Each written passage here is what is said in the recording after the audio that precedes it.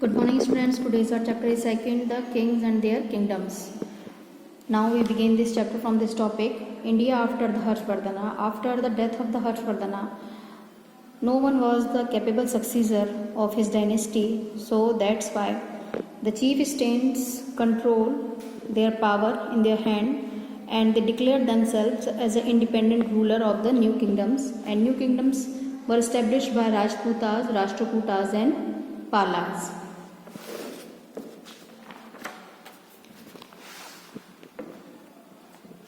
Now the Rajputas. Rajputas were the clan or the social group who established several powerful kingdoms in the northern and northwestern part of the India.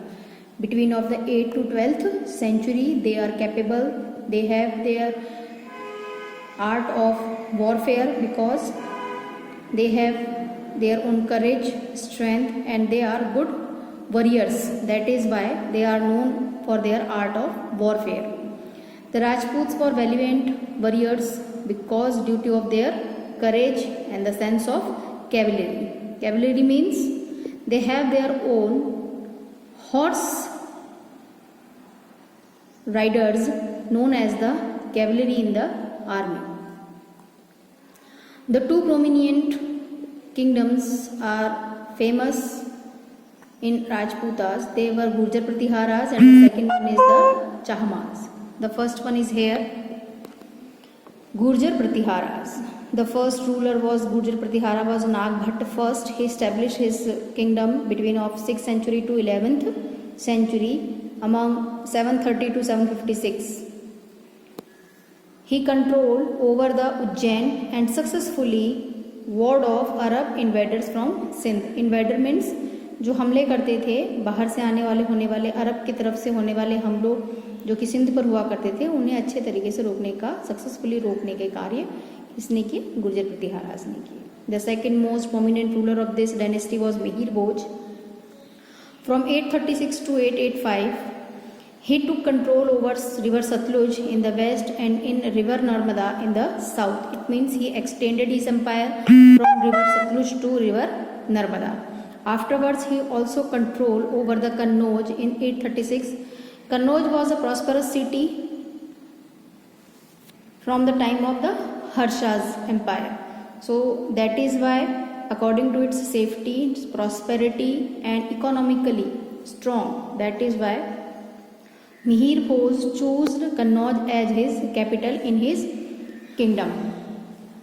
Next one is the Mahendra Pala was the successor of the Mihir Bhoj. He was the son of Mihir Bhoj and he also repeated attacks from the Rashtrakutas and weakened the Pratihara empire. Again and again Rashtrakutas attacking on Pratihara empire. That is why Gurjar Pratiharas were weakened. And in 950 they crumble means उनका पतन हो गया, उनके शासन का अंत हो गया. And Ghazni again, Muhammad Ghazni, he was the invader of the Arab and he only wanted the wealth and the prosperity of the Indian empire. So that is why he attacking continuously to took the wealth from the India to establish a new city known as Ghaznavi. Now the Chahmars, especially they are known as Chauhans, and they became dependents on the Pratiharas. Eventually, afterwards, they established their independent rule over Delhi, Ajmer, and Ranthambore from 12th century. The famous king of this dynasty was Prithviraj Chauhan. The famous battle of Tarain was fought between of Muhammad Ghori and Prithviraj Chauhan. At the first, Muhammad Ghori was defeated by Prithviraj Chauhan, but afterwards in the second battle of Tarain, he again gained his power and improved his strength and army and attacked again. And afterwards in the second battle of the Tarain, Prithviraj Chauhan was defeated by Muhammad Ghori. These all incidents are written by his court poet Chand Bardai, who was the court poet of Prithviraj Chauhan, and he wrote about the life and his courage and how he fought the battle. All things are written in Prithviraj Raso, the poem.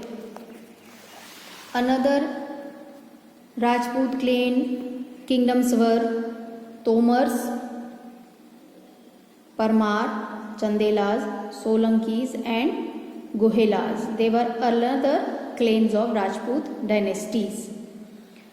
They also ruled over their representative kingdoms in the North India and bravely reset their attacks from the Arabs and Turk for the several years. Afterwards, finally, the Rajputs were downfall due to their unworthy successors. New kingdom is there, the Palas.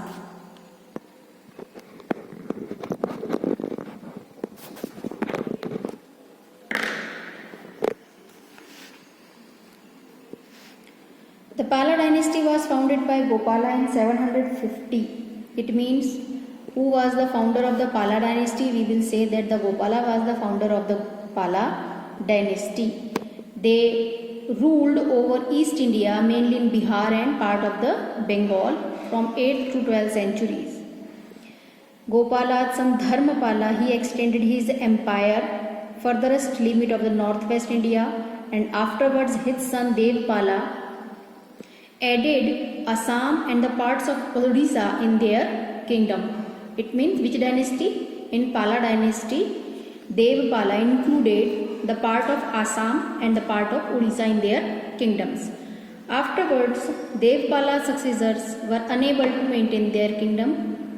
That's why Mahipala, after the Mahipala, the Pala dynasty was collapsed and ended and hand over their kings under the Chola kingdoms, Rajendra Chola. Next dynasty was the Rashtrakutas. Dantidurg was the founder of this dynasty. It was also a main dynasty in the early medieval period. We can say Malkheda or Mayankhkheda as the capital of this dynasty. And Dhruva first, who became the important ruler of the 780, who defeated Palas and Pratiharas. The greatest Rashtrakuta ruler was the Govind III from 793 to 814 and Amogh Varsha from 814 to 878. Govinda III extended his empire from Kannauj to north to Kachipuram in the south, and Amogh Varsha was a skilled poet. Skilled poet का मतलब था कि अमोघ वर्षा जो थे वो बहुत अच्छे विद्वान थे और बहुत ही अच्छे कवि भी थे, जिन्होंने कई प्रकार की पुस्तकें लिखी. उनकी मुख्य पुस्तिका थी कविराज मार्ग, was the first book on the poets and grammar in the Kannada language. The empire went into decline after Krishna III in 940. The struggle between of the Kannauj, Gurjar Pratihara and Pala Rashtrakutas occupied a major part of the early medieval part of the Indian history. Historian thus refers to this struggle as the Tripti struggle.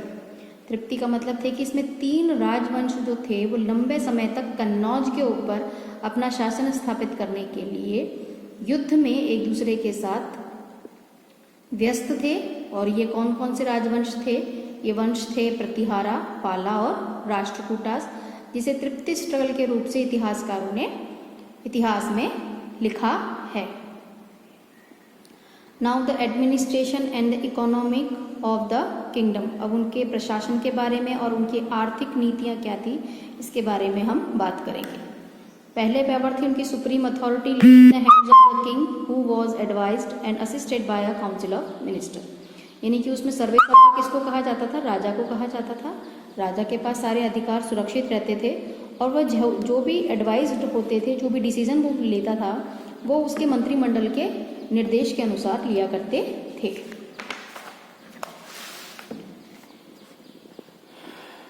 Second point है आपका, for the ease of the administration the kingdom was divided into smaller units called bhukti, which were further divided into vishaya, each vishaya consider of several village. यानी कि उन्होंने अपने प्रशासन को अच्छे तरीके से, प्रशासनिक तरीके को अच्छे तरीके से काम करने के लिए उन्होंने अपने राज्य को बांट रखा था। तो सबसे पहला क्या कर रखा था उन्होंने, पहले पार्ट डिवाइड किया उसका भुक्ति में, भुक्ति के और डिवाइड किए पार्ट्स जिसे विषय कहा गया, और विषय को छोटे छोटे गांवों के अंदर डिवाइड कर दिया गया। नेक्स्ट हमारा आता है, an important feature of this period was the growing prominence of the samanta और फेडरल क्लास चीफ। सामंत कहे जाते थे जो दरबार के अंदर जो ऊंचे पद पर दरबारी होते थे, इनके पास अपनी खुद की सैन्य क्षमता होती थी, खुद की अपनी ताकत होती थी, जिससे ये राजा को सपोर्ट करने का काम करते थे। ये स्वयं रेवेन्यू भी कलेक्ट किया करते थे और राजा को फाइनेंशियली और मिलिट्री दोनों तरीके से सपोर्ट करने का कार्य करते थे। देखा आपका यहाँ लिखा है, द सामंतस वर सपोज्ड टू पे a part of revenue collected from the use of the land the king and provide the king with the troops and the other military support during the time of war. यानी कि ये युद्ध के दौरान आर्थिक रूप से भी और सैन्य शक्ति के रूप में भी राजा की सहायता करते थे। The rulers compelled the people to pay tax to cash or kind of product। यानी कि राजा जो था कर जो लेता था, टैक्स जो लेता था, लगान वसूल करता था, वो दो तरीके से होते थे। या तो वो कैश यानी कि या तो आप धन के रूप में उसे जमा कराएंगे, या फिर आप किसी भी उत्पादन के रूप में, जैसे किसान उसे जमा कराने का कार्य करते थे उत्पाद के रूप में, कि ये जो अनाज उगाते थे उस अनाज को वो कर के रूप में राजा को देने का कार्य करते थे। The resources thus collected were used by the king to wage of wars, administer the kingdoms and finance the construction of the forts and temples। और राजा इन्हीं कब काम में लेता था, मंदिरों के निर्माण में, युद्ध में, सैनिकों की शक्तियाँ बढ़ाने के लिए और राज्य की आर्थिक स्थिति को सुधारने के लिए वो इस कर को मुख्य रूप से काम में लेने का कार्य करता था। Warfare help the kingdom increase their wealth through the plunder and equation of land. Plunder का मतलब होते थे जब युद्ध होते थे, तो युद्ध के समापन के बाद जिस राजा का हार होती थी उस राज्य के क्षेत्र को, उसके राज्य को लूट लिया जाता था। प्लंडर का मतलब होता है लूटना, और एक्वेशन ऑफ लैंड का मतलब होता है कि ज़मीन के ऊपर अपना अधिकार स्थापित कर लेना। इस प्रकार से भी अपने साम्राज्य का विस्तार करते थे। अब हम पढ़ेंगे इन्वेडर्स के बारे में, जिन्होंने भारत पर लगभग 11वीं शताब्दी से हमले शुरू किए। पहले आते हैं गजनवी एंड गौरी, यानी कि पहले मुख्य रूप से हम बात करेंगे गजनी की, महमूद ऑफ गजनी की, जिन्होंने भारत के ऊपर लगातार हमले किए। Mahmud of Ghazni was the son of the Sabuktigin and the founder of the Ghaznavi dynasty that covered large part of the present day Iran, Iraq and Afghanistan. यानी कि अगर हम बात करें गजनी की, तो ये गजनवी डायनेस्टी से बिलोंग करते थे, जो आज के वर्तमान समय में ईरान, इराक और अफगानिस्तान के हिस्से थे।